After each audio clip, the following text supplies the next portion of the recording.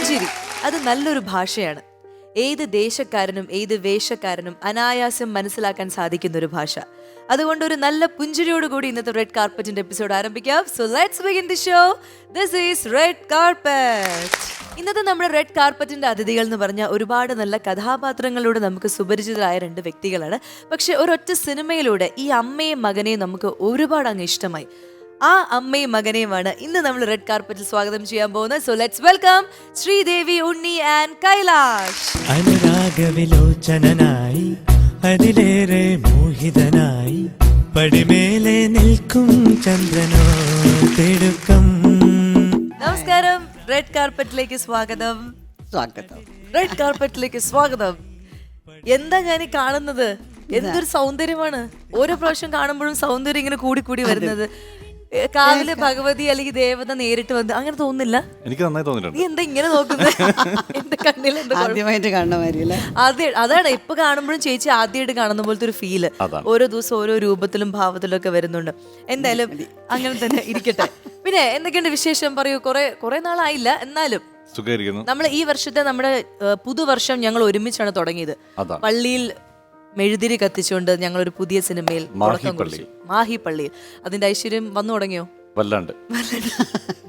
Okay, എന്തായാലും ഐശ്വര്യങ്ങളും വിശേഷങ്ങളും എന്തൊക്കെയാണ് രണ്ടുപേരുടെയും കുറെ കാര്യങ്ങൾ നമുക്ക് ചോദിച്ചറിയാനുണ്ട്. അപ്പൊ നമുക്ക് ഇരുന്ന് സംസാരിക്കാം അല്ലേ? തീർച്ചയായിട്ടും. യെസ്. ഓക്കെ, അപ്പൊ നീലത്താമരയിലെ വിശേഷം തന്നെയാണ് നമ്മൾക്ക് ആദ്യം ചോദിക്കാനുള്ളത്. നീലത്താമരയിലെ ഹൃദയം കീഴടക്കിയ അമ്മയും മകനും. പക്ഷെ അന്ന് ഈ മകൻ ഭയങ്കര പാവായിരുന്നു, ഇപ്പൊ ഭയങ്കര കുറുമ്പനാണെന്നൊക്കെയാണ് ചേച്ചിയുടെ ഒരു പ്രസ്താവന അല്ലേ? ശരിക്കും പിഞ്ചു കുഞ്ഞു കുട്ടി. കുറെ വർഷങ്ങളും കുറച്ചായില്ലേ, പിന്നെ അപ്പൊ വലിയൊരു പുരുഷനായില്ലേ.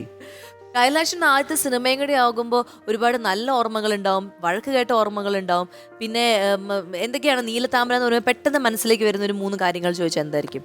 നീലത്താമര നമ്മൾ ഒരുപാട് സിനിമകൾ ചെയ്ത് മുമ്പോട്ടേക്ക് പോകുന്നുണ്ട്. പക്ഷെ തീർച്ചയായിട്ടും നമ്മൾ ആദ്യത്തെ സിനിമ അല്ലെങ്കിൽ നമ്മളെ ആൾക്കാർ റിയലൈസ് ചെയ്തൊരു സിനിമ എന്ന് പറയുന്നത് എന്നും നമുക്ക് പ്രിയപ്പെട്ടതാണ്.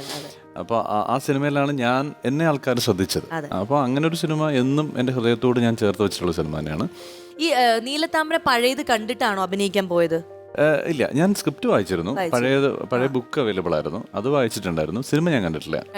അമ്മ കണ്ടിട്ടുണ്ട് അല്ലേ? റിലീസ് ചെയ്ത ആ കാലത്ത് ഞാൻ കണ്ടിട്ടുണ്ട്. ആ കാലത്ത് റിലീസ് ഞാനുണ്ടല്ലോ. നിങ്ങളാരും ഇല്ലല്ലോ. അപ്പൊ അന്ന് എത്ര വയസ്സുണ്ടായിരുന്നിരിക്കും? പഠിക്കുന്ന കാലാണോ? 79 ആണെന്ന് തോന്നുന്നു അല്ലേ? ഒന്ന് ആലോചിച്ച് നോക്കൂ, അന്ന് ആ സിനിമ കാണുമ്പോൾ ഒരിക്കൽ പോലും ചിന്തിച്ചില്ല വർഷങ്ങൾക്ക് ശേഷം ആ സിനിമ റീമേക്ക്. നമ്മൾ ആലോചിക്കില്ലല്ലോ അങ്ങനത്തെ ഒരു കാര്യം. ഈ ചേച്ചിയുടെ ഒരു നൃത്ത ജീവിതം അത് ഇപ്പോഴും നന്നായിട്ട് കൊണ്ടുപോകുന്നു. അപ്പോൾ നമ്മൾ വളരെ കുറച്ച് ആൾക്കാരാണ് നൃത്തം എന്ന് പറയുന്നത് അതിങ്ങനെ ജീവിതത്തിൽ ഇങ്ങനെ കൊണ്ടു നടക്കുന്നവർ. അപ്പോൾ അതിൻ്റെതായിട്ടുള്ള ഒരു ഹാർഡ് വർക്ക് അതിന് പിന്നിൽ വേണം. ചേച്ചി എങ്ങനെയൊക്കെയാണ് ഈ ഒരു ജീവിതം കൊണ്ടുപോകുന്നത്? എൻ്റെ നൃത്ത ജീവിതം ഹാർഡ് വർക്ക് അല്ല.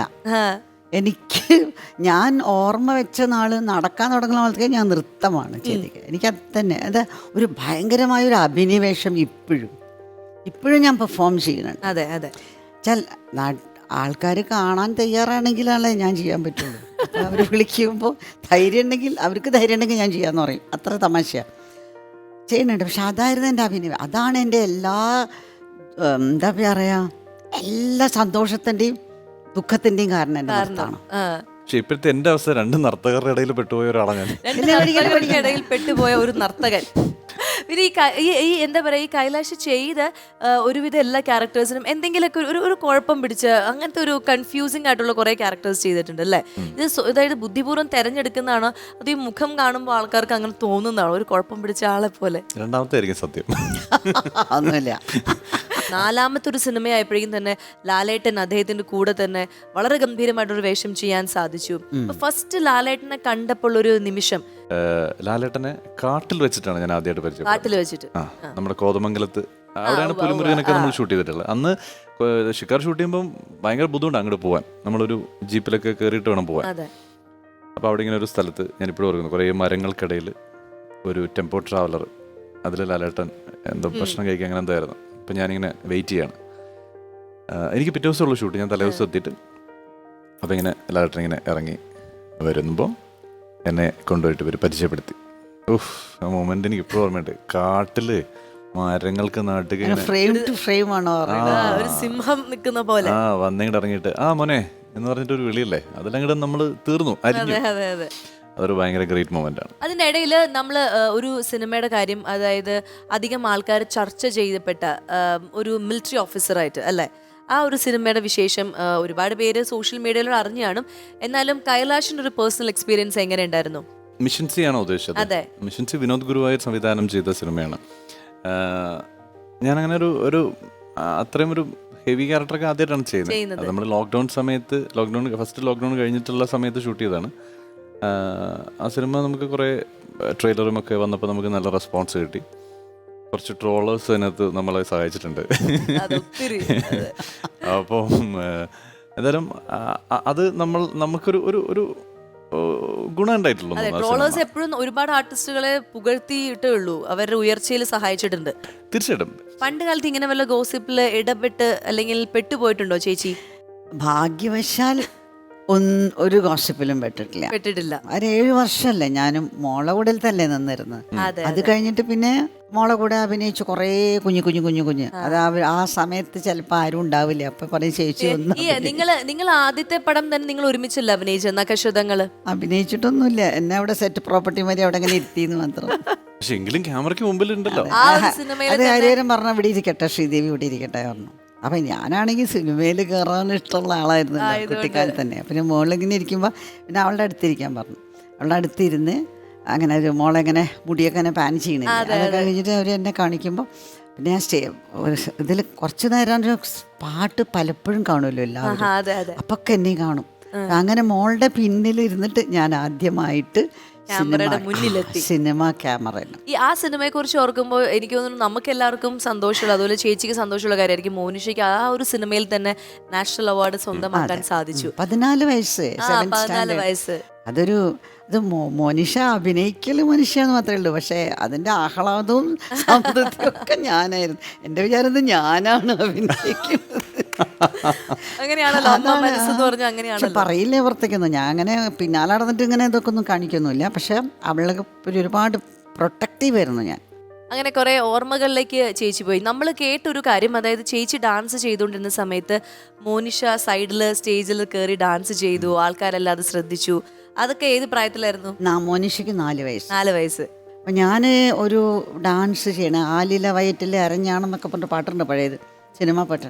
പെട്ടെന്ന് ഇങ്ങനെ ഭയങ്കര ആരവം ഓഡിയൻസിനിടയിൽ ഇങ്ങനെ ഒരു ശബ്ദം, ഒരു തേനീച്ച ചക്രമാരല്ലേ അങ്ങനൊരു. അപ്പം ഞാൻ വിചാരിച്ചു എന്താ ഇവർ എൻ്റെ ഡാൻസ് കണ്ടിട്ട് ഇങ്ങനെ ശബ്ദം ഉണ്ടാക്കണേ. എനിക്ക് വിഷമായി തുടങ്ങി. അപ്പം എനിക്ക് തോന്നി ഇവളെന്തോ ഒപ്പിച്ചിട്ടുണ്ടാവും സ്റ്റേജ്. കാരണം സന്തോഷത്തിലുള്ളൊരു ആരവാണ്, ഭയങ്കര ശബ്ദത്തിലും എല്ലാം.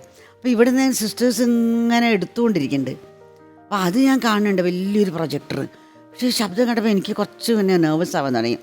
ഞാൻ അങ്ങനെ എനിക്ക് തോന്നി മെല്ലെ ഞാൻ ഇപ്പോൾ ആ സ്റ്റെപ്പിനൊന്ന് തിരിഞ്ഞെടുത്തപ്പോൾ ഇവിടെ നിന്നിട്ട് ഗംഭീര ഡാൻസ്.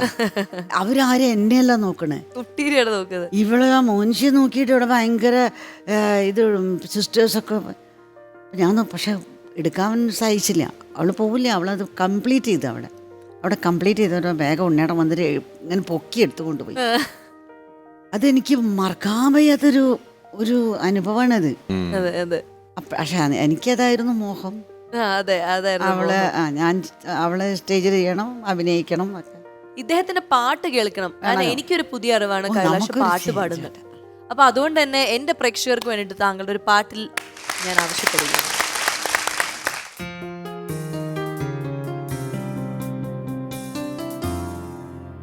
ഒരു യുഗം ഞാൻ തപസിരുന്നു ഒന്നു കാണുവാൻ, കഴിഞ്ഞ കാലം കൊഴിഞ്ഞ സുമം പൂത്തുവിടർന്നു.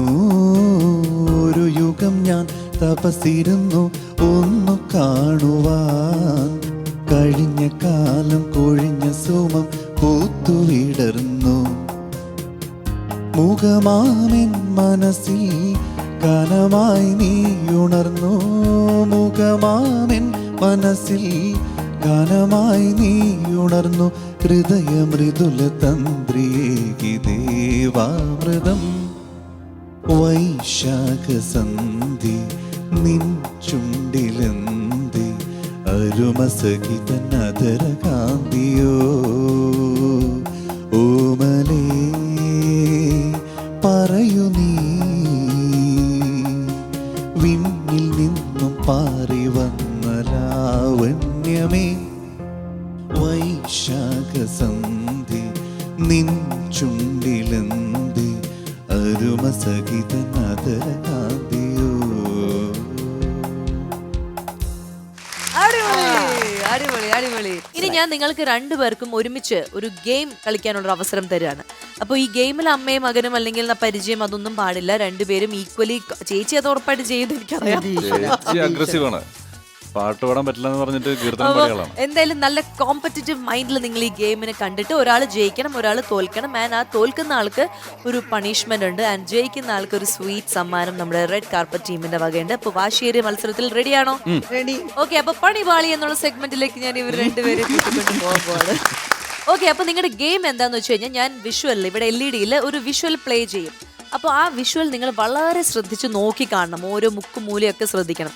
അതിൽ നിന്നൊരു ക്വസ്റ്റ്യൻ ഞാൻ ചോദിക്കും, അപ്പൊ നിങ്ങൾ ശ്രദ്ധിച്ച് കാണണം. ഓക്കെ, റെഡിയാണോ? ആദ്യം ചേച്ചിയുടെ വിഷ്വൽ ആണ്. ശ്രീദേവി ചേച്ചി കറക്റ്റ് ആയിട്ട് വിഷ്വൽ നോക്കിക്കോളൂ. ചേച്ചിയുടെ വിഷ്വൽ ദാ വരുന്നു. ഞാൻ കൂടുന്നു കേട്ടോ.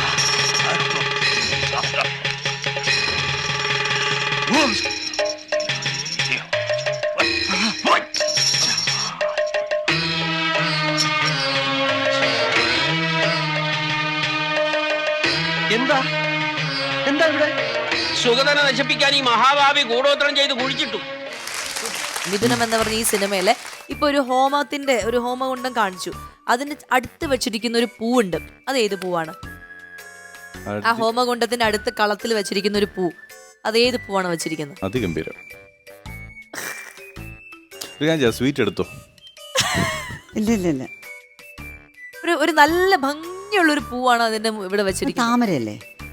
താമരയല്ലേ? അല്ലേന്നോ ആണെന്നോ? താമരയാണ്. താമരയാണ്. താമരയാണോ? താമരയാക്കാം. താമരയാക്കാം. താമരയല്ല, കണ്ടു നോക്കാം. അയ്യോ, താമരയല്ലേ? ആവാനും ആവാതിരിക്കാൻ സാധ്യതയുണ്ട്, നോക്കാം.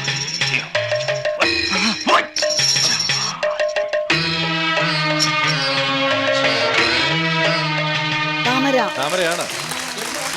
താമരയാണ്. ഞാനങ്ങനെ പലതും പറയും, വേണമെങ്കിൽ മാറ്റി പറയാൻ അവസാന നിമിഷം. അതുകൊണ്ട് എന്റെ വാക്ക് കേൾക്കരുത്, എന്നെ വിശ്വസിക്കാൻ കൊള്ളൂല. താമരയാണ്. അപ്പൊ താമര വളരെ കറക്റ്റ് ഉത്തരം പറഞ്ഞ് 1 പോയിന്റ് കിട്ടിയിരിക്കുകയാണ്. കൈലാഷിനെ തോപ്പിക്കുമോ ഇല്ലയോ എന്നുള്ളത് നമുക്ക് കുറച്ച് സമയം കൊണ്ട് കഴിഞ്ഞ് അറിയാൻ പറ്റും. സേവിച്ച തോറ്റിട്ടൊന്നും ഞാൻ വീട്ടിൽ കേറ്റില്ല, മനസ്സിലായല്ലോ? നോക്ക്. രക്തം കണ്ട തുടക്കം, ഇനി വെച്ചടി കയറ്റായിരിക്കും. നിങ്ങളെക്കാരാ? എണീറ്റ് ഇതെന്റെ ബാഗാ. അതെ, ഇതൊക്കെ എങ്ങനെ വെച്ചിട്ട് പോയാ ആരെങ്കിലും എന്തെങ്കിലുമൊക്കെ എടുത്തോണ്ട് പോവില്ലേ? ഓ, ഇതിനകത്ത് കാര്യം എടുത്തോണ്ട് പോവാനാ? അയ്യോ, എന്റെ കവർ അവിടെ. ഇപ്പൊ കൊണ്ടുവരും കേട്ടോ. കൊണ്ടുവരുമെന്നോ? ഇതാരാ എടുത്തത്? KDN കമ്പനിയിലേക്കുള്ള എന്റെ അപ്പോയിന്റ്മെന്റ് ഓർഡറാ. പൂജിക്കാൻ കൊണ്ടുപോയതാ, ഒരു ജോലിക്ക് കയറിയല്ലേ. ചോദ്യം പറട്ടെ. ഇപ്പൊ കാണിച്ച ആ വിഷ്വലില് എത്ര കുതിരകളുണ്ട്? ഒന്നുള്ളോ? വേണം രണ്ടാക്കാം ഞാൻ. മനസ്സിൽ എന്താ തോന്നണോ? 1 ആണോ 2 ആണോ അതെയോ 3 ആണോ? ഇല്ല, 3 എനിക്ക് ഓർമ്മയില്ല. 1 അല്ലെങ്കിൽ 2 ഉള്ളൂ എന്നാണ് വിചാരിക്കുന്നത്. ഈ 1 അല്ലെങ്കിൽ 2 ഉള്ളൂല്ലേ? ഏതെങ്കിലും ഒരു വിചാരം നമുക്ക് ഫിക്സ് ചെയ്തിട്ട് നമുക്ക് മുന്നോട്ട് പോവാം. 1 ആണോ 2 ആണോ? 2 ആക്കാം. 2 കൈലാഷ് ഓക്കെ പറഞ്ഞിരിക്കണം, നോക്കാം. രക്തം കണ്ട തുടക്കം. 2 അങ്ങനെ 2 കുതിര, 2 വെള്ളം. സൂപ്പർ. കറക്കി കുത്തിയതാണെങ്കിലും അല്ലല്ല, ഞാൻ വാല് കണ്ടു, പക്ഷെ എനിക്ക് സൂക്ഷിച്ചു നോക്കണം. സൂക്ഷിച്ചു നോക്കണം. 2 പേർക്കും ഓരോ പോയിന്റ്സ് കിട്ടിയിരിക്കുകയാണ്.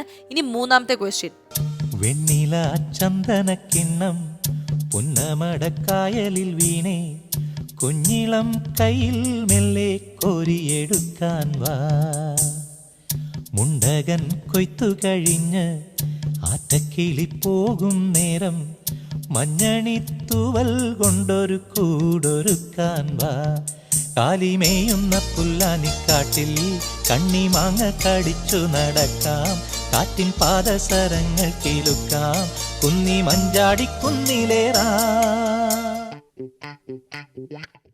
ഇതൊരു സിമ്പിൾ ക്വസ്റ്റ്യൻ ആവാനാണ് ചാൻസ് എന്നാണ് എന്റെ മനസ്സ് പറയുന്നത്. അതായത് ഈ കണ്ട ഈ വിഷ്വലില് കുട്ടികൾ കളിക്കുന്ന ഒരു കളിയുണ്ട്. അതെന്ത് കളിയാണ്? അത് നമ്മള് വട്ട് കളിക്കാന്ന് പറയും. വട്ട് കളിക്കാൻ, ചാടി പിടിക്കുക, പിന്നെ അപ്പുറത്തേക്ക് ഇടാൻ. വട്ട് കളിക്കാൻ കറക്റ്റ് ആയിട്ട് ഉത്തരം പറഞ്ഞ 2 പോയിന്റ് കിട്ടിയിരിക്കുകയാണ്. Very good. ഇനി കൈലാഷ് 2 പോയിന്റ് കിട്ടുമോ ഇല്ലയോ എന്നുള്ളത് നോക്കാം. കാടിറങ്ങിയോടി വരുമൊരു മൂകനായ കാട്ടുകടുവയെ വേട്ടയാടിയാടി ഇതുവഴി വാ അമ്പു കൊണ്ട് കൊമ്പ് കുതരണ വമ്പറുത്തു മാറ്റിയെറിയണ തമ്പുരാന്റെ തന്ത്രമൊരു ഞൊടിതാ. ഇതെന്താ വെച്ച് കഴിഞ്ഞാൽ വളരെ സിമ്പിള് എന്ന് പറഞ്ഞാൽ ഇത് ചോദ്യം ഉണ്ടാക്കി എന്നോട് തന്നെ എനിക്ക് പുച്ഛം തോന്നുന്നു. എന്നാ പിന്നെ ചോദിക്കണ്ട. അല്ല അങ്ങനെയല്ല, അല്ല വിട്ടേരെ, എനിക്ക് ഓക്കെയാണ്. അല്ല സിമ്പിൾ ആണ്, ഭയങ്കര സിമ്പിൾ ആണ്. ഒരു സിമ്പിൾ ചോദ്യം ചോദിക്കാം. ഈ വിഷ്വലില് ആരൊക്കെ സൺഗ്ലാസ് വെച്ചിട്ടുണ്ട്? 3 പേര് വെച്ചിട്ടുണ്ട്. ഉള്ളോ? കല്ലിമേട്ടം വെച്ചിട്ടുണ്ടോ എന്ന് കൺഫ്യൂഷൻ. അങ്ങനെയാണ് 4 ആവും. അപ്പൊ 3 എന്നുള്ളതിൽ നമ്മൾ ഫിക്സ് ചെയ്യാം. 3 വെച്ചിട്ട് പോട്ടെ. യെസ്, 3 നോക്കാം. കാടിറങ്ങിയോടി വരുമൊരു മൂകനായ ദിലീപേട്ടൻ വെച്ചു. കാട്ടുകടുവയെ വേട്ടയാടി അമ്പു കൊണ്ട് കൊമ്പ് കുതരണ വമ്പറുത്തു മാറ്റിയെറിയണ തമ്പുരാന്റെ തന്ത്രമൊരു ഞൊടിതാ. ഓ, എന്റെ സിമ്പിൾ ക്വസ്റ്റ്യനിൽ ഒരാൾ തോറ്റു പോകുന്ന ഒരു സന്തോഷം കേട്ടാ മതി. 4 പറയും തന്നെ. 4 പേരുണ്ടായിരുന്നല്ലേ. പോട്ടെ, എന്തായാലും തോറ്റു. ചേച്ചി ലാസ്റ്റ് ക്വസ്റ്റ്യൻ, 2 പേർക്കുള്ള ലാസ്റ്റ് ക്വസ്റ്റ്യൻ വരാൻ പോവാണ്. 2 പേർക്കും ആ,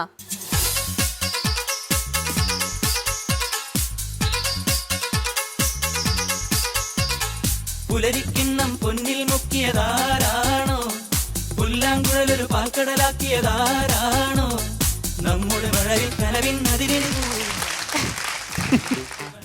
എന്റെ പഠിച്ചോനെ. ചോദ്യം എന്താന്ന് വെച്ച് കഴിഞ്ഞാൽ അവര് 3 പേര് ഇട്ടിരിക്കുന്ന പാൻസിന്റെ കളേഴ്സ് എന്തൊക്കെയാണ്? അടിപൊളി. ബ്ലൗസ് ഷർട്ടിന്റെ കളർ ഓർമ്മ വന്നേ. ഞാൻ ഇത് ശ്രദ്ധിച്ചില്ല. എന്നാലും ഏതെങ്കിലുമൊക്കെ ഒരു കളർ. അത്ര അല്ല, എല്ലാം ഒരു ബ്ലാക്കിഷ് ആണ് കാണാൻ പറ്റുന്നത്. ബ്ലാക്ക് ആണ് കാണുന്നത്. ഒരാള് ബ്ലാക്ക് ഉണ്ട്, അത് കറക്റ്റ് ആണ്. ഒരാള് ബ്ലാക്ക് ഉണ്ട്, ഒരാള് മഞ്ഞ, ഒരാള് മഞ്ഞ, പിന്നെ ഒരാള് കറുപ്പ്, ഒരാള് മഞ്ഞ, പിന്നെ ഒരാളും കൂടി ഒരു ന്യൂട്രൽ കളറാണല്ലോ. ഒരു ബ്ലൂ കൊടുക്ക്. എന്തായാലും ജീൻസ് ആണല്ലോ. ഈ ഒരു പച്ച കൊടുത്താല് പച്ച ചാൻസ് ഇല്ല. നീല ഉറപ്പിക്കണോ? നീലാണ് തോന്നുന്നു. വരും. ജീൻസ് ആയതുകൊണ്ട് ബ്ലൂ വേറെ വരണം. മോൻ പറഞ്ഞതല്ലേ നീല ഉറപ്പിക്കാം. മോന്റെ വാക്കേട് വിശ്വസിക്കാം. നോക്കാം ഉത്തരം ശരിയാണോ തെറ്റാണോ. ആന്റെ നോക്കിക്കോളേ. ചെറുനീല. വൈറ്റ് ആണ്. White black. പൊന്നിൽ മുക്കിയതാരാണോ, പുല്ലാങ്കുഴലൊരു പാൽക്കടലാക്കിയതാരാണോ. Black white. അതായത് ബ്ലൂവും ബ്ലാക്കും ചേച്ചി കറക്റ്റ് ആയിട്ട് പറഞ്ഞു. പക്ഷെ മഞ്ഞയില്ല. മഞ്ഞയ്ക്ക് പകരം വെള്ളയായിരുന്നു. വെള്ള. ഇനി അടുത്ത കൈലാഷിന്റെ. എന്താ ജയിച്ചു? എനിക്ക് തന്നോ? ആ ഒരു പോയിട്ട് താങ്ക് യു. Last question. വാ വാ താമര പെണ്ണേ നീ എൻ പൂങ്കരലല്ലേ, കൂടെ കളിക്കാൻ വാ, ഓ താളം തുള്ളാൻ വാ, കുട്ടനാടിൻ കൊച്ചു തമ്പുരാട്ടി ഒരു പാട്ടു പാടാൻ വാ, കുട്ടനാടിൻ കൊച്ചു തമ്പുരാട്ടി ഒരു പാട്ടു പാടാൻ വാ, വാ വാ താമര പെണ്ണേ നീ എൻ പൂങ്കരലല്ലേ, കൂടെ കളിക്കാൻ. നല്ലൊരു പാട്ട് നല്ലൊരു പാട്ട് കേട്ട് ഇങ്ങനെ മണ്ണിയുടെ പാട്ട് ആസ്വദിച്ചിരിക്കായിരുന്നു.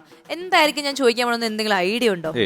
ഒരു ഐഡിയ ഇല്ല. സ്വാസിയുടെ ഇപ്പോഴത്തെ എനിക്കറിയുന്ന സ്വാസി ഇതല്ല.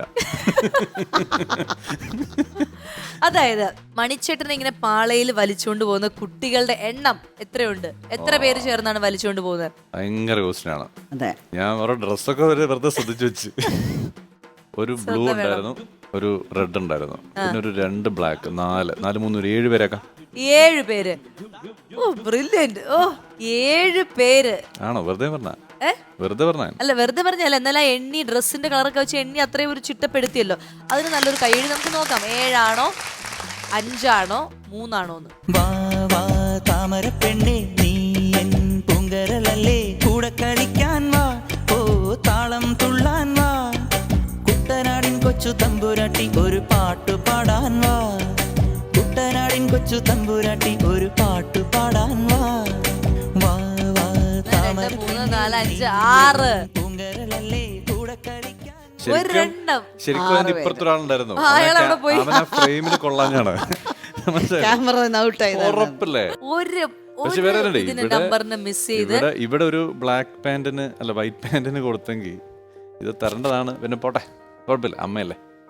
അപ്പൊ എന്തായാലും ഈ ഒരു പോയിന്റ് നമ്മൾ കൈലാഷം തന്നു. തന്നെങ്കിൽ അമ്മ എടുത്തോട്ടെ. പക്ഷെ തന്നെങ്കിൽ പോലും ഈ ഗെയിമിൽ ജയിച്ചിരിക്കുന്നത് നമ്മുടെ ശ്രീദേവി ഉണ്ണി എന്ന ബേബി മോളാണ്.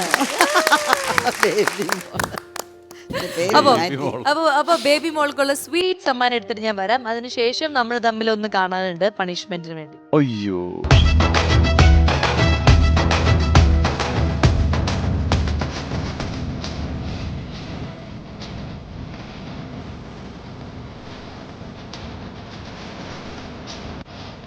താങ്കൾക്കുള്ള ടാസ്ക് ചേച്ചി കൊടുക്കാം. കൊടുക്കാം. അതായത് നമ്മളിവിടെ ഓഡിയോ അവിടുന്ന് നമ്മൾ ചേട്ടന്മാര് ഒരു പാട്ട് പ്ലേ ചെയ്യും. അപ്പൊ പാട്ടിനനുസരിച്ച് ഡാൻസ് ഒന്നും കളിക്കണമെന്ന് ഞാൻ പറയില്ല, എന്നാൽ എന്തെങ്കിലും കൈയും കാലും ഒക്കെ ഇങ്ങനെ ഒന്ന് മൂവ് ചെയ്യുമ്പോ ഞാൻ ഷോക്ക് എന്ന് പറയും. അപ്പൊ കൈലാഷ് ഷോക്ക് അടിച്ച പോലെ നിക്കണം. അല്ല പോസ്റ്റ് ചെയ്യാൻ മതിയോ അതോ ഷോക്ക് ആവണം? വിറക്കില്ലേ? എല്ലാം പറഞ്ഞു തരാതെ ഞാൻ ചെയ്യാതിരിക്കാനാ നോക്കുന്നേ. ഇത് കേൾക്കാം. ഞാൻ എന്റെ റിലീസ് എന്ന് പറയും. അപ്പൊ വീണ്ടും എന്തെങ്കിലും മൂവ്മെന്റ് ഇങ്ങനെ ചെയ്യണം. അത് ചെയ്യുമ്പോ വീണ്ടും ഞാൻ ഷോക്ക് എന്ന് പറയുമ്പോ ഷോക്ക്. അങ്ങനെ മനസ്സിലായോ? Ready, 1 2 3 music.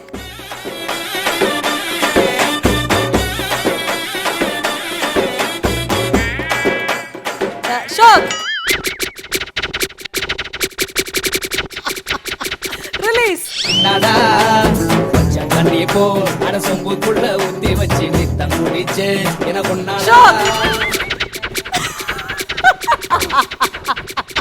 ரிலீஸ். அட வட்டா முச்சேதா ஏ சட்டையில ஒட்டிக்கிச்சு பட்டாசு போற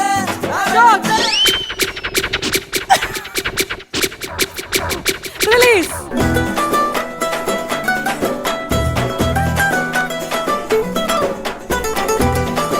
ஷாக். அடியோலி. Come on.